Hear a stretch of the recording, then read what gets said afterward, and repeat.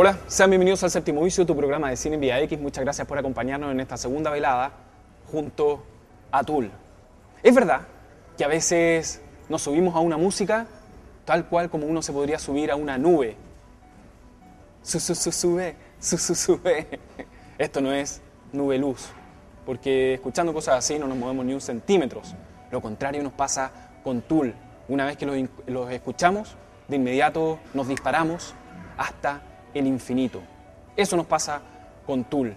La voz, la batería, la guitarra y el bajo están para mí sincronizados en una especie de clima propio, que es Tool. Para mí son los elementos, cada uno de sus instrumentos.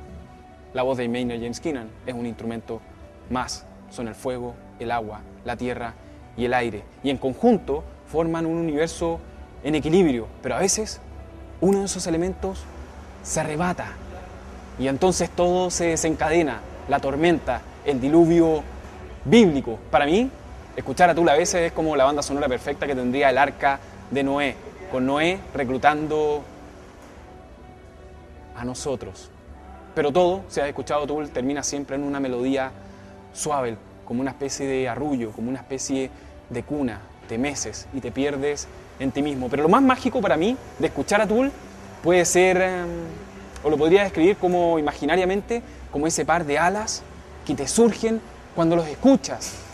Y de pronto se produce el momento más mágico de todos. Esas alas golpean al unísono y empiezas a volar. Y descubres otra dimensión maravillosa dentro de ti mismo. Eso para mí es Tool, esa necesidad de sustancias ilícitas de origen natural. www.vx.cl/Séptimo Vicio. Estoy esperando tus percepciones, emociones, palabras, silencios sobre Tool. Y me vas a tener que escuchar antes de zambullirnos, sumergirnos en este especial que empezamos ayer martes hasta el próximo martes de la otra semana. Una camisa oficial de Tool, de parte del Séptimo Vicio, con cariño para todos ustedes. www.vx.cl/Séptimo Vicio. Tool Army, de aquí somos.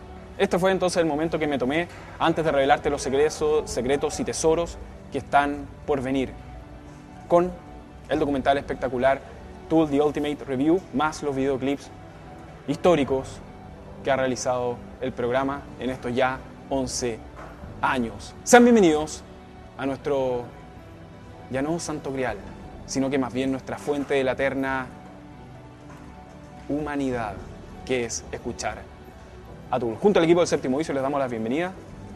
Es Tool.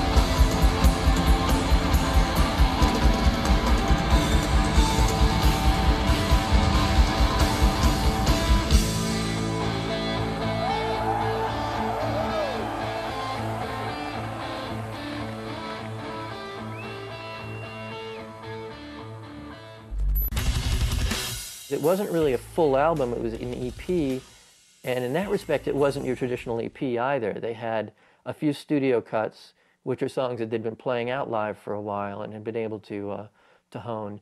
And then they also had a couple of live songs that they decided to throw in the mix.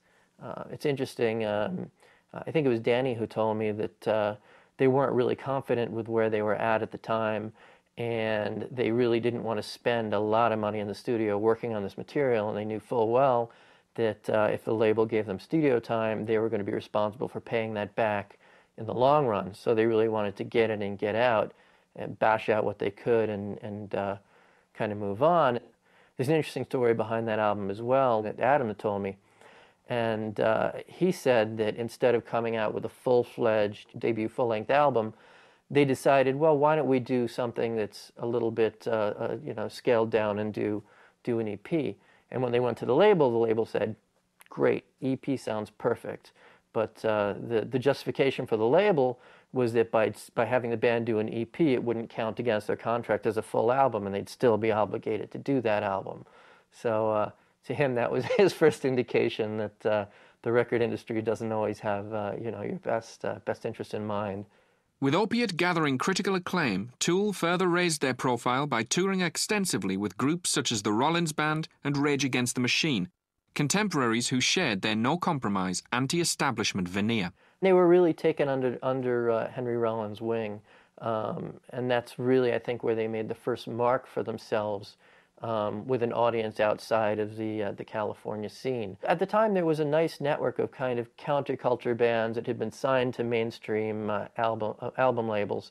So, there was sort of a subversion from within, and it was a good time for bands to kind of build themselves up and still have this sort of anti-establishment ethos. They're not your normal run-of-the-mill rock band of excess. There was always an underlying sense of seriousness. It was refreshing, because I had sort of by that point was starting to the excess and the girls and the money and all those things that originally provoked me to start playing music. Just kind of lost their zest, that couldn't have been the only thing I was going to get out of it, and being around people finally who were really serious